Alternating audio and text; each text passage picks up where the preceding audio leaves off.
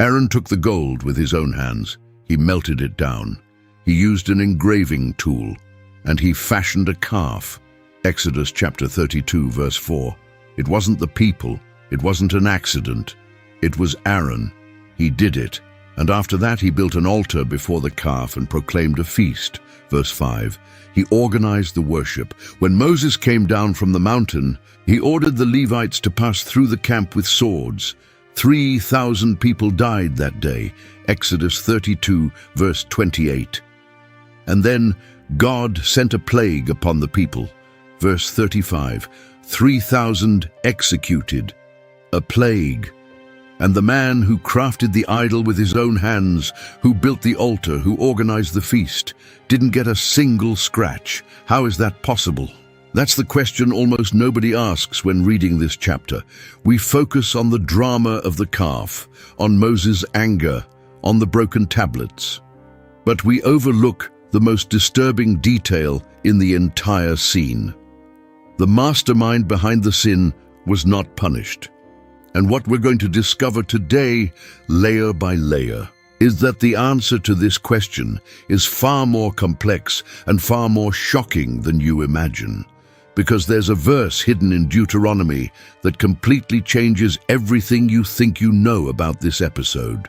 But first, we need to reconstruct exactly what Aaron did, because when you read the text carefully, what you find is worse than most people remember. Moses had been on the summit of Mount Sinai for 40 days. The people were down below, in the desert, waiting. And you need to understand what those 40 days meant to them. They didn't have a calendar with a return date. They didn't have a text message saying, "Be back soon." The last thing they had seen was Moses climbing into a mountain wrapped in fire, thunder, and thick smoke. Exodus 19. Verses 16 through 18 describes the scene. Thunder, lightning, a thick cloud over the mountain, a trumpet blast so loud that the entire people trembled. And Moses walked into the middle of that cloud, and he didn't come back.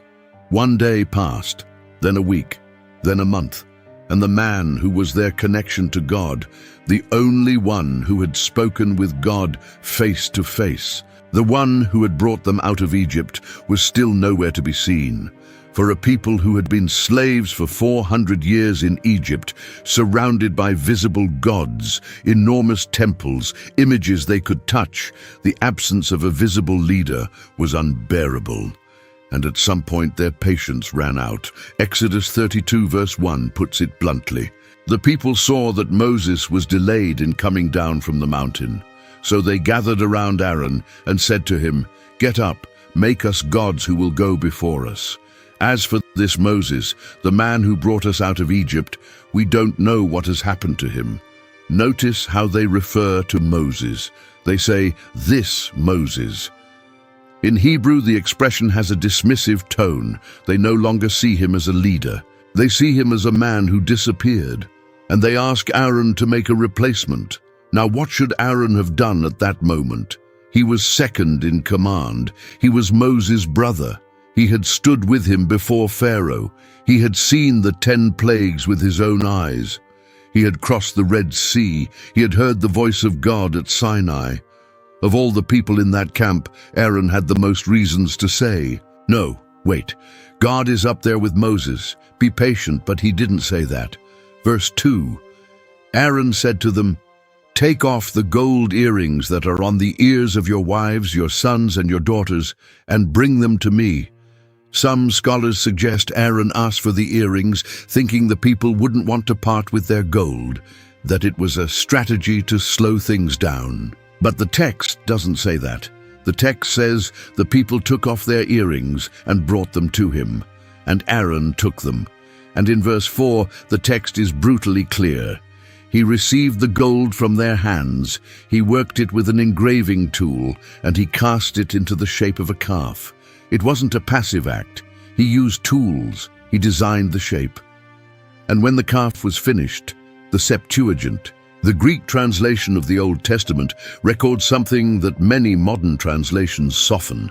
In the Greek version, it is Aaron himself who says, "These are your gods, O Israel, who brought you out of the land of Egypt, not the people. Aaron. And there's a cultural context that makes this even more severe. Israel had just come out of Egypt. They had spent generations surrounded by Egyptian gods, and the bull was one of the most powerful religious symbols in Egypt. The god Apis was represented as a bull, the goddess Hathor as a cow. When Aaron fashioned a calf, he wasn't inventing something new. He was going back to what the people knew from Egypt. He was regressing. He was leading the people back into the spiritual slavery God had just freed them from. And as if that weren't enough, verse 5 adds a detail that makes everything worse. When Aaron saw the calf, he built an altar before it and proclaimed, "Tomorrow shall be a feast to the Lord." Aaron didn't just make the idol, he built it an altar, and he organized a worship service, an official one, with sacrifices, with peace offerings, with the people eating, drinking, and according to the Hebrew in verse 6, rising up to play, an expression that in context implies complete debauchery.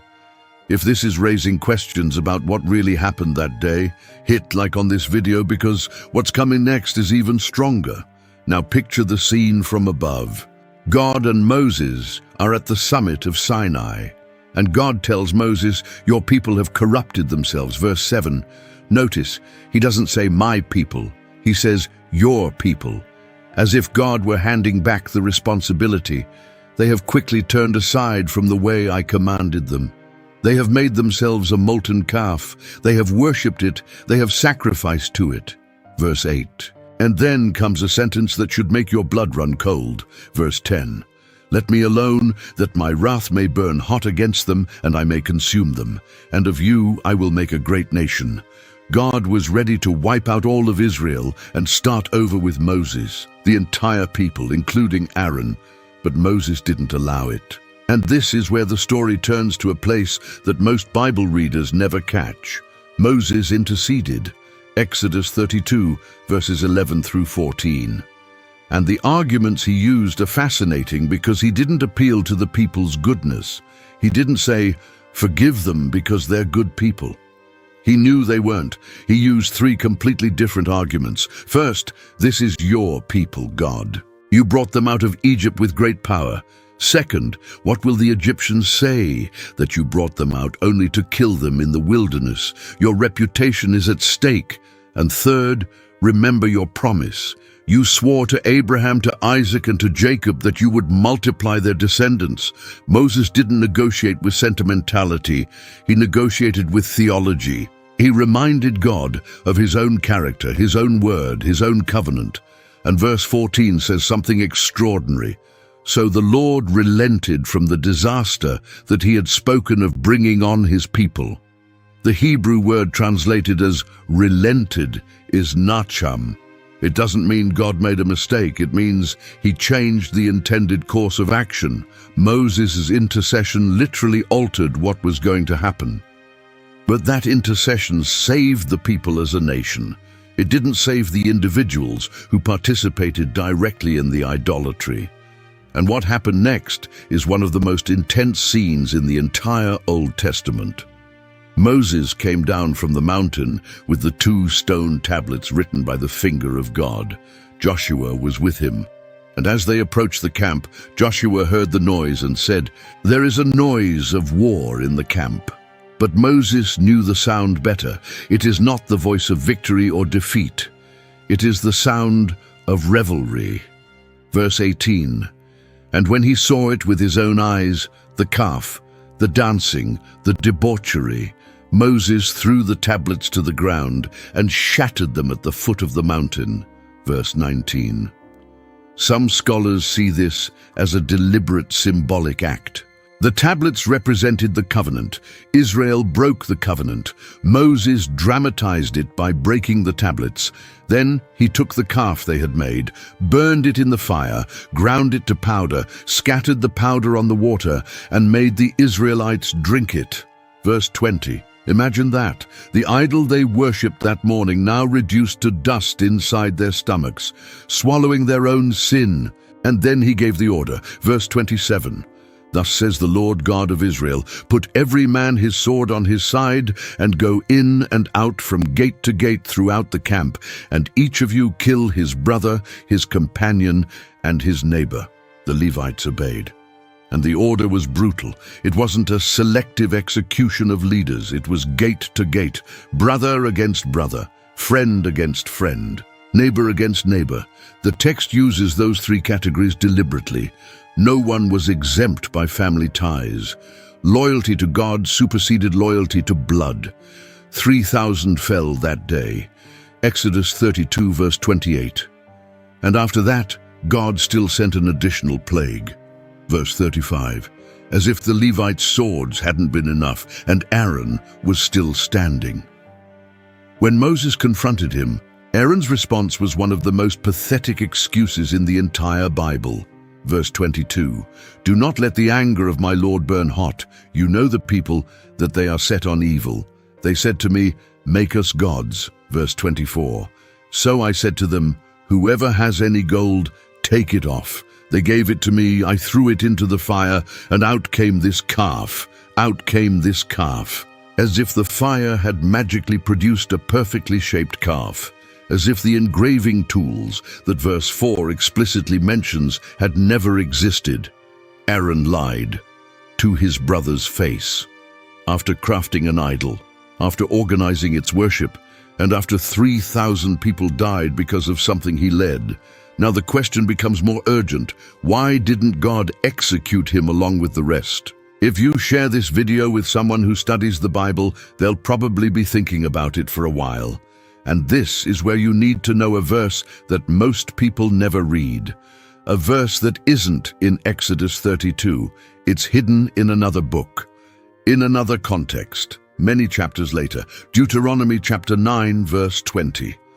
Many years after the event, when Israel was about to cross the Jordan and enter the Promised Land, Moses gathered the people and reminded them of everything that had happened at Sinai. He spoke of the rebellion, the calf, God's wrath, his 40 days of fasting.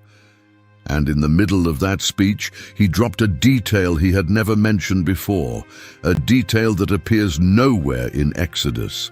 Listen carefully. The Lord was angry enough with Aaron to destroy him, but I prayed for Aaron also at that time. Did you catch what he just said? God did want to destroy Aaron. It wasn't indifference. It wasn't God looking the other way. God's anger toward Aaron was so intense that the word the Hebrew text uses is to destroy him. The Hebrew verb is hashmid, the same verb used to describe the total destruction of cities and nations, the same intention. God was ready to wipe Aaron off the map. The designated high priest, Moses' brother, the second most important man in all of Israel, God was going to destroy him, and the only reason he didn't was because Moses prayed for him. Notice what Moses says, I prayed for Aaron also. That also is key. It means the prayer for Aaron was in addition to the general intercession for the people. Moses had to make a specific, separate, exclusive prayer for his brother, as if the intercession for the people didn't cover him.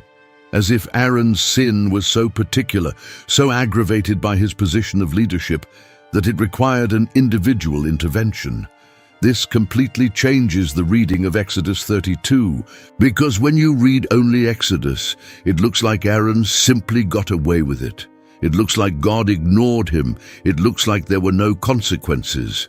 But Deuteronomy 9 verse 20 reveals that behind the scenes there was a spiritual battle that the Exodus account doesn't document.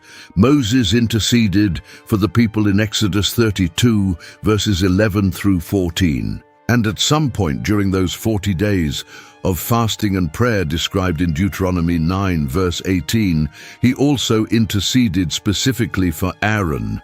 One man's prayer saved the life of another who deserved death.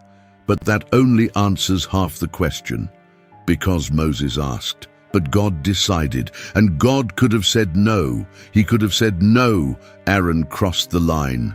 What he did was worse than what the 3,000 did, because he was the leader, he had the authority, and he used it to lead the people into sin.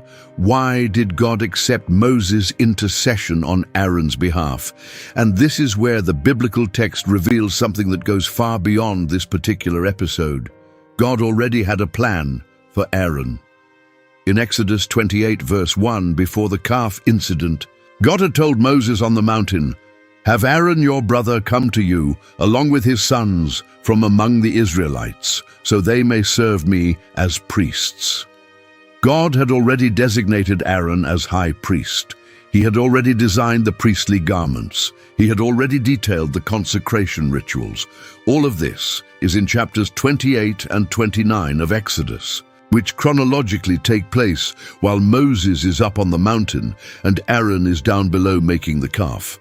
The irony is devastating. While God was telling Moses how to dress Aaron so he could serve as mediator between God and the people, Aaron was down below building an idol with the hands that were about to be anointed to offer sacrifices. Think of it this way. In chapters 25 through 31 of Exodus, God gives Moses detailed instructions about the tabernacle, the Ark of the Covenant, the table of showbread, the lampstand, the curtains, the altar of incense, and the garments of the high priest.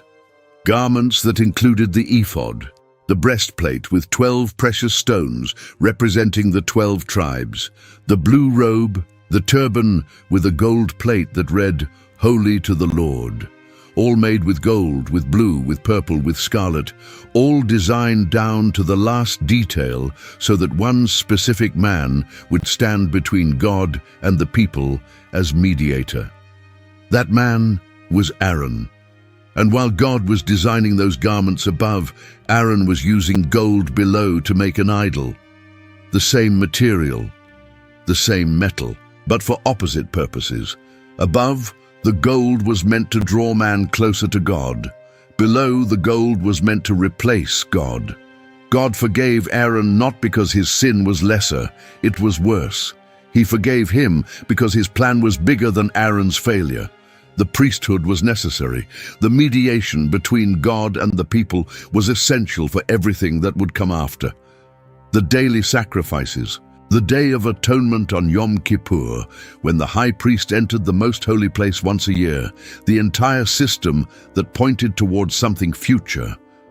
All of it required a high priest, and God had chosen Aaron. To destroy Aaron would have meant destroying the plan. And the depth of this becomes clearer when you think about what the high priest would do every year. Once a year, on Yom Kippur, the Day of Atonement, the high priest would remove his golden garments, put on a simple white linen tunic, and enter the most holy place, alone, with no one else. Leviticus 16 describes the procedure. He would enter with the blood of a bull and a goat. The bull's blood was for his own sins. The goat's blood was for the sins of the people. He would sprinkle the blood on the mercy seat, the lid of the Ark of the Covenant, where the glory of God appeared between the cherubim. If the high priest entered incorrectly, he died. That's how serious the office was. That's how irreplaceable the function was. And Aaron was the first high priest of Israel. The one who would inaugurate the entire system. If God destroyed him at Sinai, who would perform the first atonement? Who would enter the most holy place for the first time? Who would set in motion the mechanism that connected a sinful people with a holy God? God didn't forgive Aaron out of sentimentality. He forgave him as part of a redemptive strategy. And this reveals a theological principle that runs through the entire Bible. God doesn't choose perfect people. He chooses imperfect people and uses them despite their failures. Abraham lied about his wife twice. Jacob deceived his father. Moses killed a man. David committed adultery and murder. Peter denied Jesus 3 times. And Aaron built an idol. None of them deserved the role they received. All of them were preserved not by their merits, but by God's purpose. But don't confuse grace with the absence of consequences, because Aaron did pay a price. He didn't die that day, but the shadow of the calf followed him for the rest of his life. In Numbers 12, Aaron failed again when, together with his sister Miriam, he spoke against Moses for marrying a Cushite woman. They questioned his authority. They said, "Has the Lord spoken only through Moses? Hasn't he also spoken through us?" Verse 2. And God's response was immediate. He came down in a pillar of cloud. He confronted both of them. Miriam became leprous, white as snow. Numbers 12, verse 10. And Aaron, the same man who had built an idol and walked away without visible punishment, had to beg Moses, "Please, my Lord, do not hold this sin against us." Verse 11. Once again, depending on his brother's intercession, once again needing someone to pray for him. Do you see the pattern? Aaron was a man who couldn't stand on his own. Every time he fell, he needed Moses to step in between. And that's not a casual weakness. It's a theological picture. The high priest, who was supposed to intercede for the people, couldn't even intercede for himself. He needed a mediator for the mediator. And at the end of his life, in Numbers 20, when Moses struck the rock instead of speaking to it at the waters of Meribah in Kadesh, God punished both brothers. Neither Moses nor Aaron would enter the promised land. Numbers 20, verse 12. Because you did not believe in me to uphold me as holy in the eyes of the people of Israel, therefore you shall not bring this assembly into the land that I have given them. Think about that for a moment. Aaron served as high priest for almost 40 years. He officiated sacrifices. He entered the most holy place on Yom Kippur. He carried the breastplate with the 12 stones over his heart, representing all of Israel. He raised his hands to bless the people with the blessing of Numbers 6, verses 24 through 26. The Lord bless you and keep you. The Lord make his face shine upon you. 40 years pronouncing those words. And in the end, he didn't enter the land they promised. Aaron died on Mount Hor. God ordered him to go up the mountain, remove his priestly garments, and put them on his son Eleazar. Verses 25 through 28. Imagine that moment, the elderly high priest, 123 years old, removing one by one the garments that represented everything God had planned for him at Sinai. The ephod, the breastplate, the turban with the inscription, "Holy to the Lord," each piece being placed on his son's shoulders while he was left with nothing, and then death, in silence, on the top of a mountain, looking toward a land he would never enter. And the text says that all Israel mourned Aaron for 30 days. Numbers 20, verse 29. 30 days of national mourning. The people who once asked him to make an idol now wept at his death. The man who caved to pressure, who lied about the calf, who needed his brother to pray for him again and again, was mourned by the entire nation for a full month. Because despite everything, Aaron had fulfilled the function God had for him, imperfectly, with stumbles, with failures, but he fulfilled it. The man who made the golden calf was not executed with the 3,000, but he didn't reach the destination either. Grace kept him alive. Consequences caught up with him later. And there's one more thing you need to see before we finish. Something that connects all of this to a pattern that repeats throughout all of Scripture, and that, once you see it, you can never unsee. Moses prayed for Aaron, and Aaron was forgiven. But Moses' prayer went even further. Exodus 32, verse 32, says something that should take your breath away. Moses said to God, "Please forgive their sin, but if not, blot me out of the book you have written. Blot me out of your book." Moses was willing to be eliminated, erased from history, so that the people, including Aaron, would survive. One man offering himself as a substitute so that others who deserved death would be forgiven. And God answered him, "Whoever has sinned against me, I will blot out of my book." Verse 33. God didn't accept Moses' offer. He told him that each person would bear their own sin. Moses' intention was noble, but it wasn't enough. A sinful man cannot cover the sin of another sinful man. But the pattern was established. The idea that someone could stand in the gap between God and the guilty, offering his own life in exchange for theirs. That didn't end at Sinai. Centuries later, on a hill outside Jerusalem, someone else did exactly the same thing. He didn't just ask, he did it. He didn't just offer to be blotted from the book. He let himself be blotted from life. And the difference is that when Moses offered his life, God said no. But when that other one offered his, God said yes. Because unlike Moses, he was pure enough to cover the sins of others. Hebrews chapter 7, verse 27 explains it. He has no need, like those high priests, to offer sacrifices daily, first for his own sins and then for those of the people. He did this once for all when he offered up himself.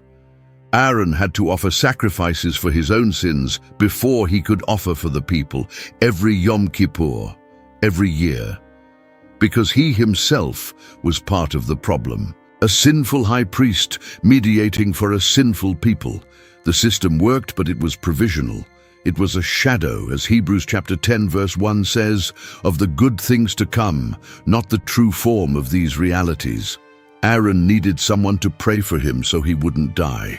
The ultimate high priest didn't need anyone to pray for him. He was the prayer. He was the sacrifice. He was the intercession itself. Hebrews 7 verse 25 says, he always lives to intercede for us.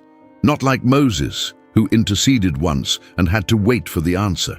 This one intercedes permanently, without pause, without end.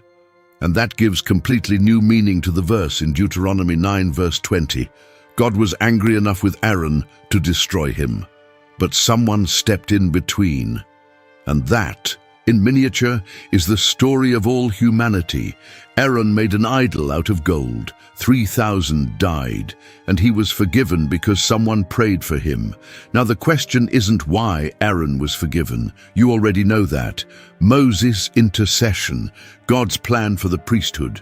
Grace that preserves imperfect people to fulfill purposes greater than themselves. The real question is different, and it's a question only you can answer. Is someone praying for you right now? Someone who stands between you and the consequences of your decisions. Someone who talks to God about you when you don't have the strength to talk to him yourself. And the other side of the coin. Is there someone you should be praying for right now? Someone who is building their own golden calf. Someone who is making decisions that will destroy them. And maybe the only thing they need is for another person to do what Moses did for Aaron. Step in between and pray. If this video made you see this passage in a completely new way, subscribe to the channel to keep discovering what you're not being told about the Bible. And there's a video appearing right now on your screen that connects directly with what we just uncovered.